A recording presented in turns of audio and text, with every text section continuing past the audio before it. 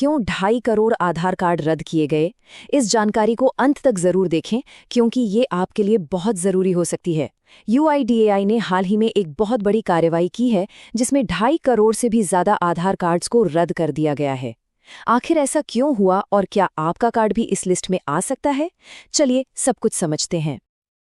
2.5 करोड़, सोचिए ये कितना बड़ा नंबर है। UIDAI का ये कदम दिखाता है कि सरकार उन कार्ड्स को लेकर कितनी सीरियस है जो या तो इनएक्टिव पड़े हैं या जिनका गलत इस्तेमाल हो रहा हो। तो सबसे बड़ा सवाल जो मन में आता है वो ये है कि कहीं अगला नंबर आपका तो नहीं? यही वजह है कि ये जानकारी हर किसी के लिए जानना बेहद जरूरी है। तो चलिए थोड़ा गहराई में चलते हैं और समझते हैं कि आखिर ये हुआ क्यों। देखिए, ये कोई अचानक से हुआ टेक्निकल फॉल्ट नहीं था, बल्कि अधिकारियों ने सालों के एनालिसिस के बाद ये एक सोचा समझा कदम उठाया है।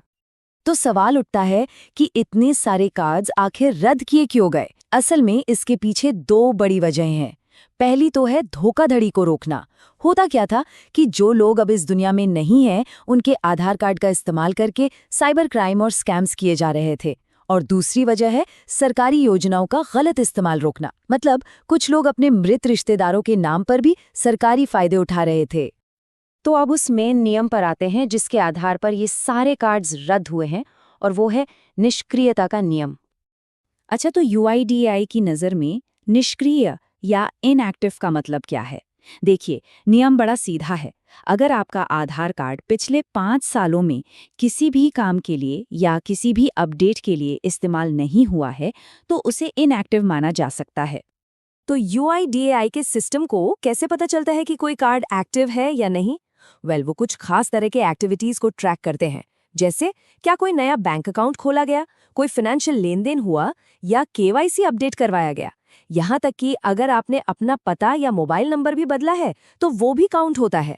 अगर पूरे 5 साल तक इनमें से कुछ भी नहीं हुआ तो कार्ड को निष्क्रिय मान लिया जाता है। चलिए अब आते हैं सबसे जरूरी सवाल पर। आप ये कैसे पता कर सकते हैं कि आपका आधार सेफ है? और अगर मान लीजिए गलती से आपका कार्ड रद्द हो गया तो फिर क्या करना है? देखिए, एक बात समझनी होगी। जब इतने बड़े लेवल पर मतलब करोड़ों कार्ड्स की जांच होती है तो गलतियों की थोड़ी बहुत गुंजाइश तो रहती ही है। तो हाँ, ये बिल्कुल मुमकिन है कि कुछ सही और एक्टिव कार्ड्स भी गलती से रद्द हो गए हों। लेकिन घबराने वाली कोई बात नहीं है। इसका जो सल्यूशन है वो बहुत ही आसान है। अगर कभी पता चले कि आपका कार्ड गलती से डीएक्टिवेट हो गया है तो आपको बस अपने नज़दीकी आधार सेवा केंद्र जाना है। वहां जाकर अपनी बायोमेट्रिक जानकारी यानी फिंगरप्रिंट या आइरिस स्कैन देना है और बस आपका कार्ड फौरन अपडेट होकर फिर से एक्टिव हो जाएगा। तो अब बात करते हैं कि आगे ऐसी किसी भी परेशानी से बचने के लिए आप खुद क्या कर सकते हैं। अपने आधार को हमेशा एक्टिव और सेफ रखने का सबसे अच्छा तरीका है 5 साल का अपडेट नियम। ये नियम बहुत ही सिंपल है। हर 5 साल में अपने आधार में कोई भी एक छोटा सा अपडेट करा लीजिए।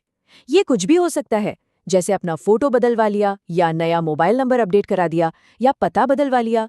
इस एक छोटे से कदम से क्या होगा? आपके आधार की एक्टिविटी रीसेट हो जाएगी और वो अगले 5 सालों से भी ज्यादा के लिए पूरी तरह सेफ हो जाएगा। और हाँ, इस पूरे प्रोसेस को और भी आसान बनाने के लिए UIDAI ने एक नया डिजिटल टूल भी लॉन्च किया है। ये है नया आधार ऐप। इस ऐप के फायदे ही फायदे हैं। एक तो आपका डिजिटल आधार हमेशा आपकी जेब में मतलब आपके फोन में रहेगा। आप QR कोड से सुरक्षित तरीके से अपनी जानकारी शेयर कर सकते हैं। और तो और आप एक ही ऐप से अपने परिवार के 5 लोगों तक के कार्ड्स मैनेज कर सकते हैं। और सबसे बड़ी बात, इस ऐप का इस्तेमाल करना भी आपके आधार को एक्टिव दिखाने में मदद करता है।